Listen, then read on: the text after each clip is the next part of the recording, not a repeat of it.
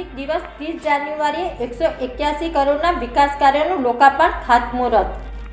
ખંભાત શહેર માટે 30 જાન્યુઆરી 2026નો દિવસ વિકાસના સુવર્ણ અધ્યાય તરીકે નોંધાશે।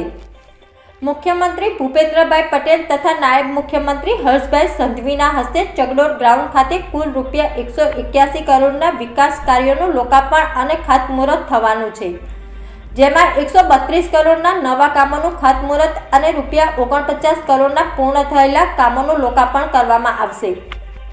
આ વિકાસ કાર્યોમાં વર્ષોથી શહેરીજનો માટે માથાના દુખાવા સમાન બનેલી ખારા પાણીની સમસ્યાનો અંત લાવતી મીઠા પાણીની યોજના, ગટર વ્યવસ્થા, કાંસ, નાળા તેમજ રોડ રસ્તાના મહત્વના કામોનો સમાવેશ થાય છે।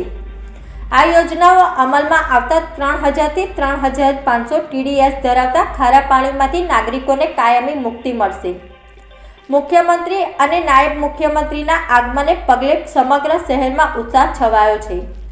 કાર્યક્રમને સફળ બનાવવા ભાજપ સંગઠન અને વહીવટી તંત્ર દ્વારા તડામાર તૈયારીઓ ચાલી રહી છે। ધારાસભ્ય ચિરાગ પટેલે નાગરિકોની મોટી સંખ્યામાં હાજર રહેવા અપીલ કરી છે અને જણાવ્યું છે કે આ દિવસ ખંભાતના સર્વાંગી વિકાસમાં માઇલસ્ટોન સાબિત થશે।